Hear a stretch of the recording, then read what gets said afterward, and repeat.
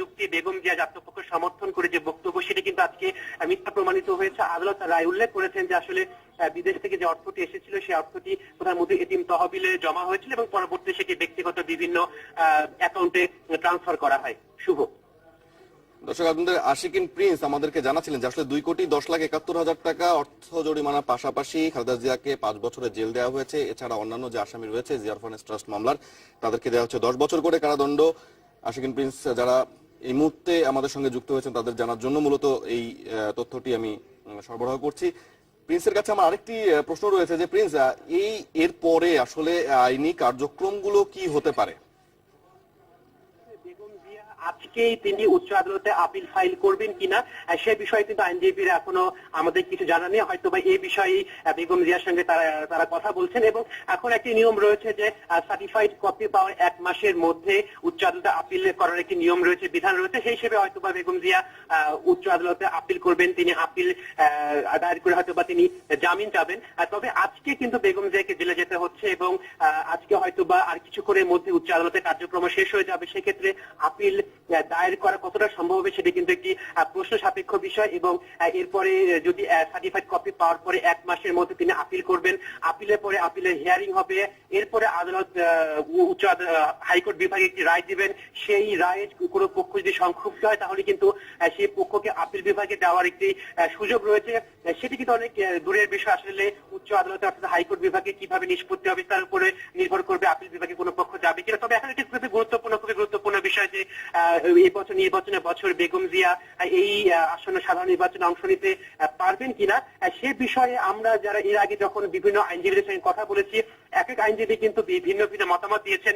কেউ বলেছেন যে বেগম জিয়া এই সাজাটা যদি উচ্চ আদালত স্থগিত করে দেয় তাহলে হয়তো বা বেগম জিয়া নির্বাচনে অংশগ্রহণ করতে পারবেন। অনেকে বলেছেন যে নির্বাচনে অংশগ্রহণ করতে হলে আপিল ফাইলের পরে উচ্চ আদালত থেকে নির্দেশনা দেওয়া হবে যে আসলে বেগম জিয়া নির্বাচনে অংশ নিতে পারবেন কি পারবেন। অনেকে বলেছেন যে বেগম জিয়ার যে 2 বছরের অধিক, অর্থাৎ আপনি জানেন যে সংবিধানের 66 ধারায় বলা আছে যে কোনো ব্যক্তি যদি 2 বছরের বেশি নৈতিক অপরাধে নৈতিক স্খলনজনিত কোনো ফৌজদারি অপরাধ দণ্ডিত হয়ে থাকেন তাহলে তিনি সাজা খাটার 5 বছরের মধ্যে নির্বাচনে অংশ নিতে পারবেন কিনা। এখন প্রশ্ন যে দুদকের পক্ষ থেকে যে মামলাটি করা হয়েছিল পরবর্তীতে এই মামলা যে সাজা হলো বেগম জিয়া, এতে এই সাজাটি নৈতিক স্খলনজনিত হিসেবে গণ্য করা হবে কিনা সে বিষয়ে আইনজীবীরা বলছেন যে এটি পুরোপুরি নির্বাচন কমিশনের বিষয়। নির্বাচন কমিশনই ব্যাখ্যা দিবেন যে আসলে এই অপরাধটি যে অপরাধটি সাজা দেওয়া হলো সেটি নৈতিক স্খলনজনিত অপরাধ কিনা। শুভ প্রিন্স, আপনাকে অনেক ধন্যবাদ আমাদের সঙ্গে যোগ দেওয়ার জন্য।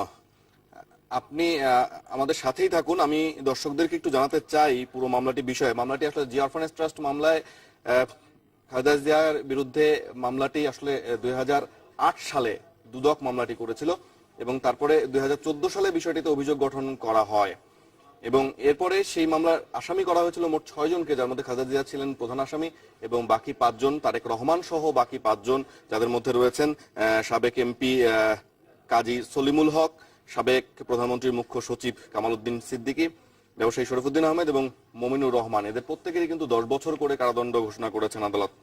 আর এই বেলা 2টার দিকে 632 পৃষ্ঠার এই রায়টি সারাংশ পড়া শুরু করেন রাজধানীর বকশীবাজারে স্থাপিত বিশেষ জজ আদালতের বিচারক।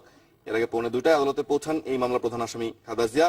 তবে আদালতে ঢোকার মুখে বিএনপি পন্থী আইনজীবীরা বিক্ষোভ করেন আর এরপরে চানখারপুলে পুলিশের সাথে এক ধরনের ধাওয়া পাল্টা ধাওয়া হয়েছে বিএনপি নেতাকর্মীদের মধ্যে। আর হলি ফ্যামিলি হাসপাতালের সামনে পুলিশের দিকে ইট পাটকেল ছোড়ারও একটি অভিযোগ এবং ঘটনা ঘটেছে। পরে কাকরাইলে পুলিশের সাথে ধাওয়া পাল্টা ধাওয়া হয় এবং এই পরিস্থিতি নিয়ন্ত্রণে পুলিশ কিন্তু টিয়ার শেল ছুড়েছিল। আমি এই মুহূর্তে প্রিন্সের সঙ্গে আরো একটি বার কথা বলতে চাই। প্রিন্স কি শুনতে পাচ্ছেন আমাকে? আমরা আশিকিন প্রিন্সের সঙ্গে পরে যোগাযোগ করছি।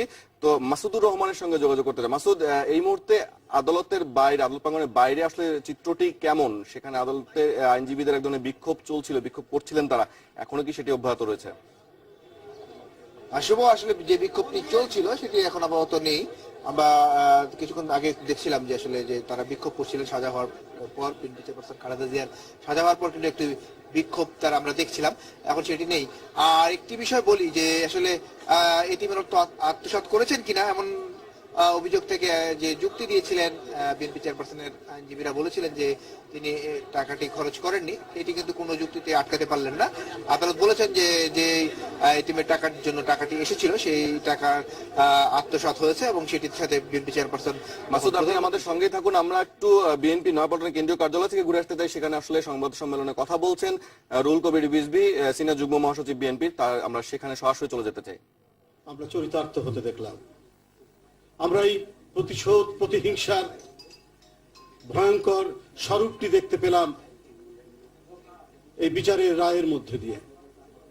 প্রধানমন্ত্রীর ব্যক্তিগত আক্রোশের প্রতিফলন দেখলাম এই রায়ের মধ্যে দিয়ে। বন্ধুরা আমার, একজন বিধবা নারী, সন্তান হারা একজন নারী, এক সন্তান অসুস্থ অবস্থায় বিদেশে অবস্থান করছেন, পরিবার পরিজনহীন, 9 বছরের নিষ্ঠুর নির্যাতনের মধ্যে ক্ষতবিক্ষত করার পরেও অসাধারণ ধীশক্তি এবং জনগণের প্রতি ভালোবাসা এবং অঙ্গীকারে এক অনন্য প্রত্যয় দীপ্ত মানুষ বেগম খালেদা জিয়া তাকে ভয়ঙ্কর ভাবে পর্যুদস্ত করার জন্য এক নীল নকশা সুদীর্ঘ দিন ধরে এই সরকার এবং এই সরকারের যারা মুরব্বী তারা করে এসছে। কারণ বেগম খালেদা জিয়া থাকলে তো সার্বভৌমত্ব থাকবে, বেগম খালেদা জিয়া থাকলে গণতন্ত্র থাকবে। বেগম খালেদা জিয়া স্বাধীনতার কথা বলেন। বেগম খালেদা জিয়া তাকে এই সরকারের আন্দোলনের ফসলরাও দেশ থেকে বিচ্যুত করতে পারেনি। মাটি মানুষ মৃত্তিকার সাথে অনন্যভাবে জড়িত এক নেত্রীর নাম বেগম খালেদা জিয়া। এই কারণেই তার প্রতি যত প্রতিশোধ, এই জন্য তার প্রতি যত প্রতিহিংসা, এই জন্য তার প্রতি যত ধরনের ক্ষোভ এই ভোটারবিহীন সরকারের। বন্ধুরা আমার, সন্তান নেই, নাতি নাতনিরা নেই, এক বিষাক্ত পরিবেশের মধ্যে নানাভাবে নির্যাতনের আমরা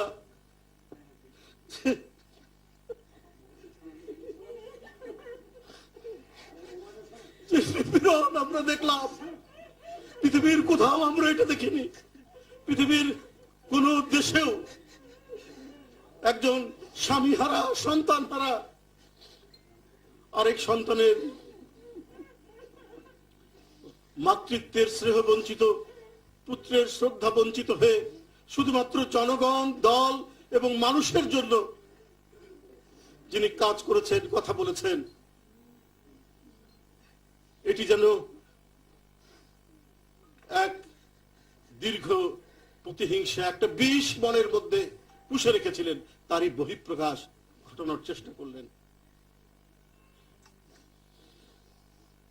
এই সরকার। এই রায় প্রধানমন্ত্রীর প্রতিহিংসা পূরণের রায়। এই রায়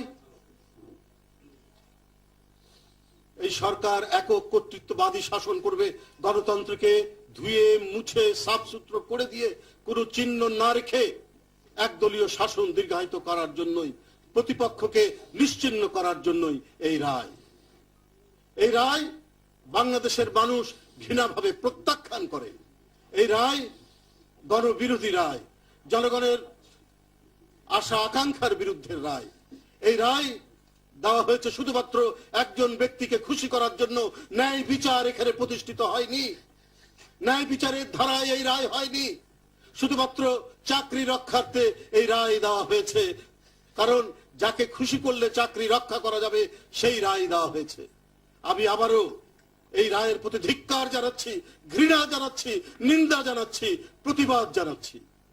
ধন্যবাদ আপনাদের সবাইকে। আমরা আগে থেকেই বলেছি, আমরা গণতন্ত্রের আওতার মধ্যে, চৌহদ্দির মধ্যে আমাদের নেতাকর্মীরা প্রতিবাদ করবেন। আপনাদের মধ্যে মাধ্যমে আমি ঢাকা সহ সারা বাংলাদেশের বিএনপির নেতাকর্মী, জাতীয়তাবাদী শক্তি সকলকে আহ্বান করছি, আপনারা শান্তিপূর্ণভাবে গণতন্ত্রের সীমানার মধ্যে আপনারা আপনাদের প্রতিবাদ করুন। আপনারা এগিয়ে আসুন রাজপথে। আপনারা নিজেরা বুলেট বরণ করবেন, কিন্তু অন্যকে আক্রমণ করবেন না। আপনাদের বিরুদ্ধে তারা নাশকতা করবে, সরকার নাশকতা করবে এবং করে চাপানোর চেষ্টা করবে। এই কারণে আপনাদের দুই হাত হচ্ছে সবচাইতে অন্যায়ের বিরুদ্ধে প্রতিবাদের বড় ভয়। এই দুই হাত শূন্যে তুলে ধরে আপনারা রাস্তায় নেমে আসুন এবং এই অন্যায়ের প্রতিবাদ করুন। আমি আবারও আপনাদের মাধ্যমে সারা দেশের নেতাকর্মীদেরকে এই আহ্বান জানাচ্ছি। আমাদের আইনি প্রক্রিয়া এবং রাজনৈতিক ভাবে দুইভাবেই মোকাবেলা করা হবে। ধন্যবাদ। দর্শক, নয়াপল্টনে বিএনপি কেন্দ্রীয় কার্যালয়ে দলের সিনিয়র যুগ্ম মহাসচিব রুহুল কবির রিজভী সংবাদ সম্মেলনে কথা বলছিলেন। সেখানে তিনি এই রায়কে প্রত্যাখ্যান করে বলেন যে এটি গণবিরোধী রায় এবং ন্যায় বিচার হয়নি বলেও দাবি করেন তিনি। এই মুহূর্তে আমরা আবারও চলে যেতে চাই মাসুদুর রহমানের কাছে। তিনি রয়েছেন বকশীবাজারে। মাসুদ, এখন সেখানকার পরিস্থিতি কেমন দেখছেন? কোন ধরনের খালেদা জিয়াকে কোথাও নিয়ে যাওয়ার প্রস্তুতি নেওয়া হচ্ছে কিনা, সব বিষয়ে জানতে চাচ্ছি আপনার কাছে। শুভ, আসলে আমরা এখন পর্যন্ত যেটি আমাদের সূত্র থেকে জানতে পেরেছি, বিএনপি চেয়ারপারসন বেগম খালেদা জিয়াকে পুরান ঢাকার কেন্দ্রীয় কারাগারে যে ডে কেয়ার সেন্টার আছে সেখানে নিয়ে যাওয়া হবে বলে আমরা আমাদের বিভিন্ন সূত্র থেকে নিশ্চিত হয়েছে। সেখানেই তাকে নেওয়া হবে এমনটি জানিয়েছেন আমাদের সোর্স থেকে আমরা এতটুকু জানতে পেরেছি আপাতত।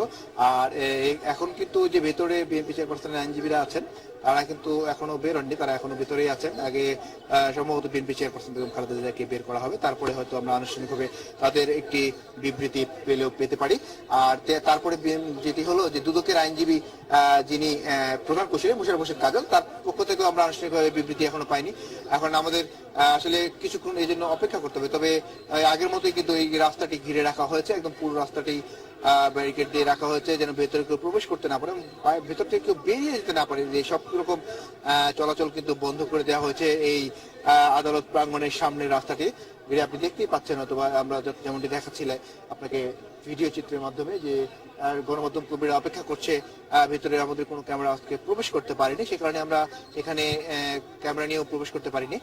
আর আরেকটি বিষয় সেটি হলো যে প্রিজন ভ্যান কিন্তু বাইরে রাখা হয়েছে বিএনপি চেয়ারপারসনের জন্য। সেখানে যে তিনি যে 5 বছরের সাজা হয়েছে, এই প্রিজন ভ্যানে করে তাকে পুরান ঢাকার যে কেন্দ্রীয় কারাগার সেখানে যে ডে কেয়ার সেন্টার আছে সেখানে নেওয়া হয়েছে, সেখানে নেওয়া হবে বলে আমরা নিশ্চিত হয়েছি। এখন পর্যন্ত এটুকুই আমার কাছে খবর রয়েছে। আর খালেদা জিয়ার বিরুদ্ধে এই মামলায় 5 বছরের জেল হয়েছে, আর তার বড় ছেলে তারেক রহমান সহ বাকি আসামিদের 10 বছর করে জেল হয়েছে। আমরা একটু আপনাকে চিত্র দেখাতে চাই, একটু দানের ছবি দেখাতে চাই। আসলে এপাশে সম্ভবত আইন শৃঙ্খলা রক্ষাকারী বাহিনী সদস্যরা আবারও আসছেন, সেটি কি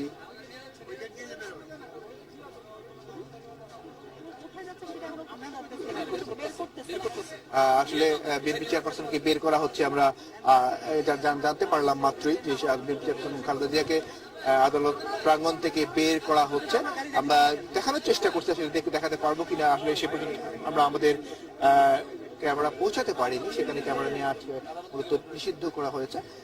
তো আদালত প্রাঙ্গণ থেকে বিএনপি চেয়ারপারসনকে বের করে আসলে কারা অধিদপ্তরের সামনে দিয়ে পুরান ঢাকার কেন্দ্রীয় কারাগারে যাওয়ার পথে একটি রাস্তা রয়েছে, যে রাস্তাটি দিয়ে সম্ভবত বিএনপি চেয়ারপারসন খালেদা জিয়াকে কেন্দ্রীয় কারাগারের পুরন যে ডে কেয়ার সেন্টার সেখানে হয়তো সম্ভবত সেখানেই নেওয়া হবে।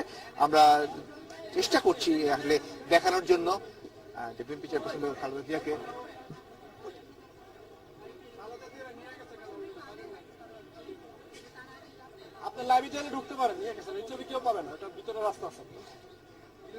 শুভ, এর মধ্যে আমরা যেটি বলছিলাম, শুভ শুনতে পাচ্ছেন হয়তো আমাকে, বিএনপি চেয়ারপারসন এবং খালেদা জিয়াকে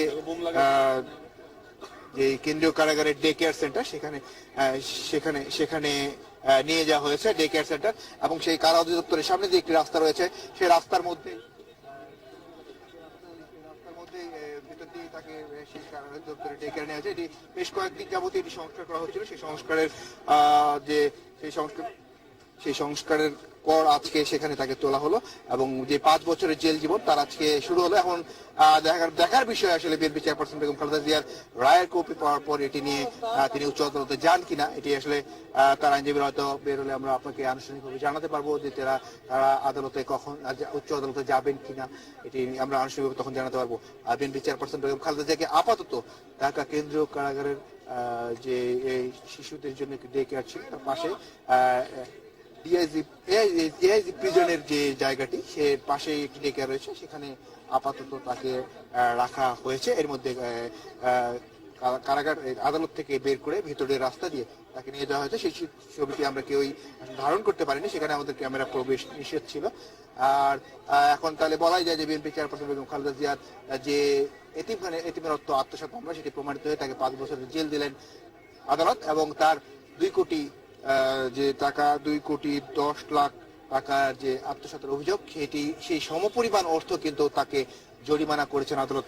আমরা আপনাকে চিত্র দেখানোর চেষ্টা করছি। এপাশে গণমাধ্যম কর্মীরা অপেক্ষা করছেন, আইন শৃঙ্খলা রক্ষাকারী বাহিনীর সদস্যরা কিন্তু ভিতরে অপেক্ষা করছেন। আমরা সামনে রাস্তা